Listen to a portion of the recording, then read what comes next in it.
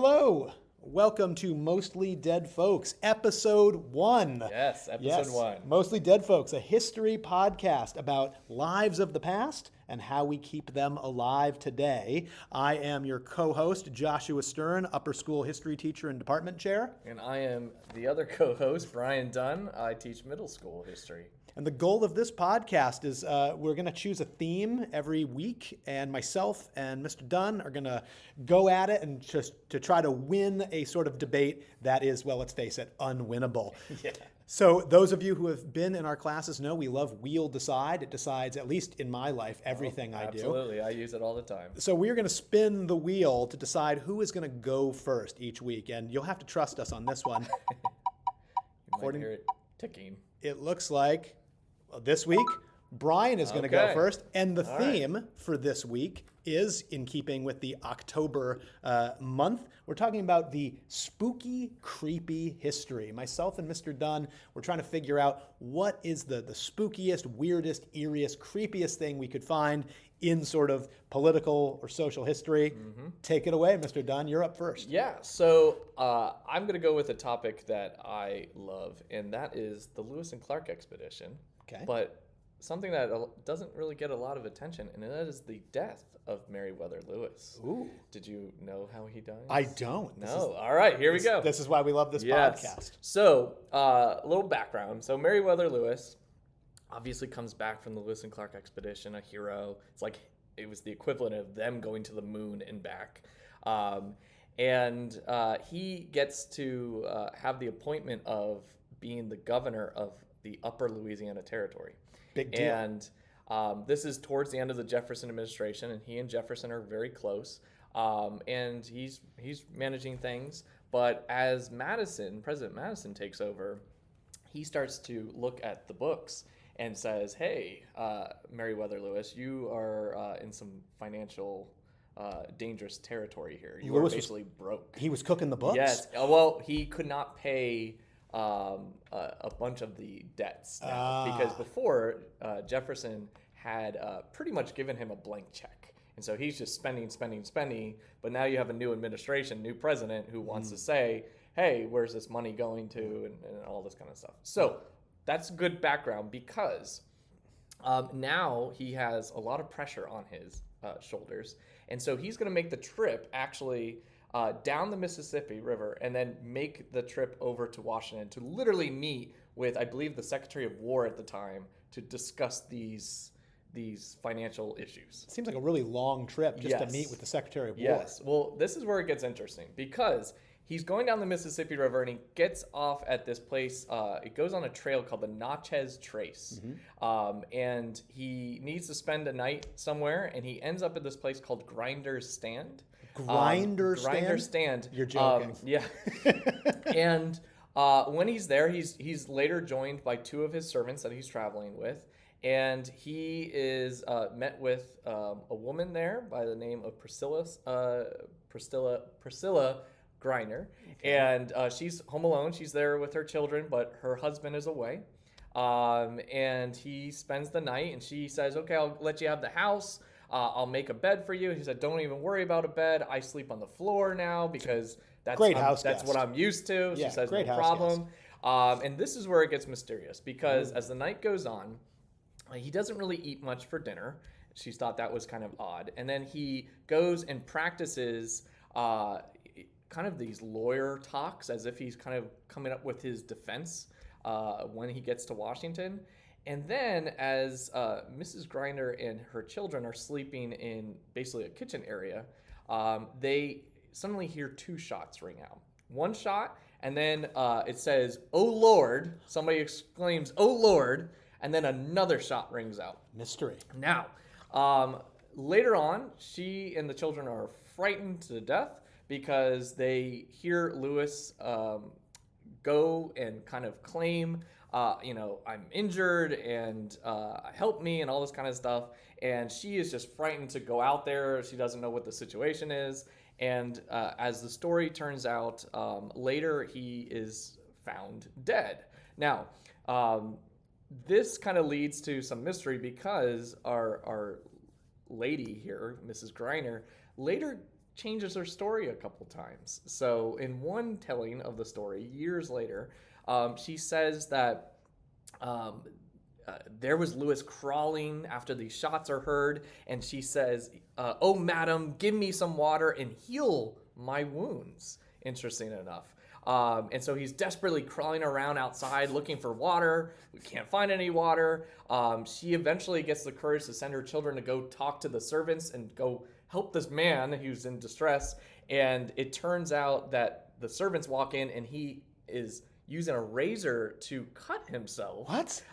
To kind of finish the job, because he says, I've done the business, and it's so hard to die. I've done the business? And he literally turns, according to the story, to one of the servants and says, like, finish me off. Like, you can have all my money. I won't blame you. Of course, you'll be dead. What's going on with Lewis here? Yes. So she tells, years even later, when she's in her upper 60s, she tells the story again, and the story once again changes. So long story short, there's the camp of historians that believe that this was just classic suicide case.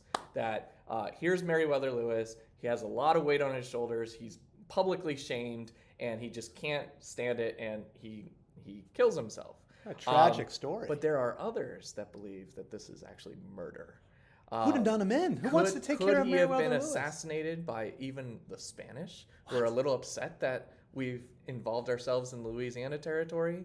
Could it be, there's even rumors that maybe Mrs. Grinder and Lewis were together, and in comes Mr. Grinder to see them. Ooh, intrigue. So the confusion comes in, and I'll wrap it up. I know I'm going long here. The confusion comes in where here is a trained marksman. Why, if you're trying to off yourself, does it take 2 shots to do this? And in fact, in one of her retelling of the events, and keep in mind, there's no eyewitness to what happened. We just kind of have all these later details. There is this one retelling where she says that she heard him arguing with other men. Ooh. So again, did he get into a fight? Natchez Trace was also a very dangerous place, known for highwaymen, pirates, and so again, maybe he was robbed, maybe he was attacked. We just don't know. So there's a small camp, and this is why it's creepy. Why, if you're a trained marksman, does it take you to shoot your head and you miss that, and then you finish yourself off with the chest and then still didn't kill yourself, so now you're using a razor blade? There's all sorts of stories. Plus, why would you say heal my wounds? Odd. As if you were want to stay alive, yeah. And if you wanted to stay alive. So I have to be honest, I'm not familiar with the story, but to me it sounds a lot like that she did it. It sure sounds like there's the theory that she did it. There may have been some business there, and she wanted to take care of the evidence before the husband came home. And so her story and her story keeps changing, right? Her story changed 3 times. Interesting. And still to this day, the Lewis family believe that he was murdered and not he did not commit suicide. Now the problem is they've tried to exhume the body, but the National Parks Service says they can't. It would disturb the grave, and it would destroy the remains and try. So that's also fishy, and that leads a lot of people to. Now, again, if you ask me, if you ask Thomas Jefferson, if you ask William Clark, I'll get him on the phone. Call him up. Commit suicide. Yeah. That is generally because Jefferson, who knew Lewis very well, said that he suffered from melancholy throughout his whole life. Clark and Jefferson, when they found out that Lewis was dead, that they weren't not shocked. They knew that it was going to end up this way. So I don't know. That's my creepy story. It's a little murder mystery for you. I know I probably went long. I think she did it, quite frankly, based on that. But I appreciate the story. Right. I'm going to go a little different. Those people who know me know I like to get my Canadian content in. So I went outside the United States, and I want to tell a brief story about the longest-serving Canadian Prime Minister. His name was William Lyon Mackenzie King. This is not to be confused with another Canadian member of Parliament named William Lyon Mackenzie. Okay. Yeah, so we're going to call this guy Mackenzie King just for the sake of argument. King. He served from 1922 to 1930, and then, most importantly, from 1935 to 1948. Of course, this is in the lead up to World War II. Canada, one of the allies that fights against the Nazis in World War II.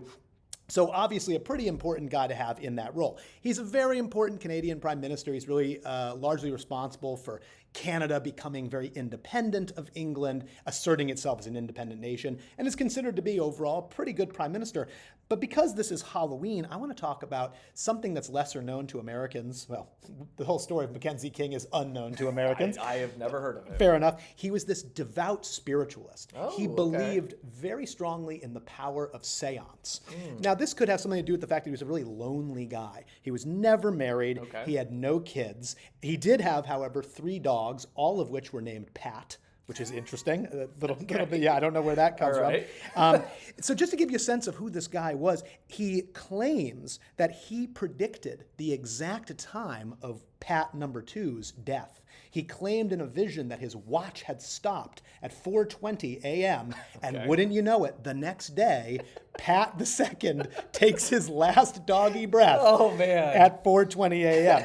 He would travel alongside different fortune tellers on official visits, which was, rather odd. And indeed, at one point, he would be hypnotized while in office because he believed that it could connect him to his dearly departed friends. Remember, this is a very lonely guy. Indeed, his main spiritual seance medium, her name was Loretta Mendon, and she was convicted under Canadian law of witchcraft and sorcery. Oh, wow. Mackenzie King didn't let that stop him. Now, I there's something to this. I think, perhaps we can communicate with the living and the dead. I don't think it's intrinsically kind of spooky. I mean, it's a little strange. I don't think it's spooky. What makes it a little spookier is the fact that he is the prime minister, as I said, during the lead up to World War II. And during one of his seances, he repeated this idea, and this has been reported in a few different sources of Canadian history. He said, quote, about this guy named Adolf Hitler, quote, "He, Hitler, is really one who truly loves his fellow men and his country and would make any sacrifice for their own good." He said, quote, "The world will yet come to see a very great man mystic in Hitler. I cannot abide in Nazism, the regimentation, cruelty, and oppression of Jews, but Hitler will rank someday with Joan of Arc among the deliverers of his people." Wow. Yeah, not ideal from a person helping to defend the free world. Now, King later was also responsible for rejecting many Jewish asylum seekers. Famously, the quote from his immigration minister when asked, "How many Jews should Canada admit?" His minister said, "None is too many." Oh, jeez. So, of course, boy. So combining that with this very odd sense of seance and communication with the dead with, let's face it, some rather glowing things to say about the role Hitler was playing in the rise of the world, to me, it's a rather creepy combination in many cases. Yeah. I mean, how did this guy become prime minister? This I feel like, with politics, you've got a lot of vetting. Sure. And then also the fact that it's kind of odd politically that he was not married, didn't have children, because that's also, especially in modern politics, we want to know a family man and all this kind of stuff, and for him to be a loner, and a really odd, loner, and controversial. I think in his comments. People knew a lot less about their leaders then. I mean, even his spiritualism and seance, sort of predilection were not as well known. Now we know everything about everyone. I think Canadians were really interested in the fact that he was a staunch Canadian nationalist. Canada, you should remember, was only about 60 years old when he first became prime minister. Pretty young country. They wanted someone who was going to stand up for this idea of independent Canada. He did a great job of navigating the early days of the Great Depression, and then that was part of the reason he came back in office in 1935 for his so-called economic insight. Obviously, we're thankful the way World War II actually worked out, and there's a lot of those great what-ifs in history, which, by the way, I think we will do an episode on the great what-ifs of American history. What if William Lyon Mackenzie King's predictions about Adolf Hitler had come true? Joan of Arc. I know, I can't. Well, they both delivered their people in some regard, I suppose. So for me, in this very spooky, creepy month, I think the story of William Lyon Mackenzie King's seances, love of mediums and fortune tellers, and I would say very positive appraisal of Adolf Hitler while in office makes him one of the creepier sort of candidates for this month. So we want to hear from you guys. Do you guys think, which story did you think was creepier? The murder mystery possibility or a politician with a kind of a shady background. Yeah. So because again, didn't Ronald Reagan also use a spiritualist? He Also, did. He did. Coming off of the assassination Yes, attempt? yes, and I think it's understandable in some regards. Yeah. I think we have to view everyone in the context of their past, but this is mostly dead folks, Yes. and we like to play a little fast and loose with the rules around here. So if you're interested in getting your voice and your ideas heard on the podcast, please send myself or Mr. Dunn an email with a suggestion. We also have a physical old school suggestion box in front of our classrooms, and we've already received some really great ideas. Yep. So we're going to go through those and figure out what's going to be coming up next. We want to wish you all a happy Halloween. Happy Halloween. And enjoy spooky season. Absolutely. And we will I guess you will hear us, hopefully, in episode 2 coming up next week. Thank you for your time. This has been MDF, Mostly Dead Folks. Yes. Take care, everyone. Bye-bye.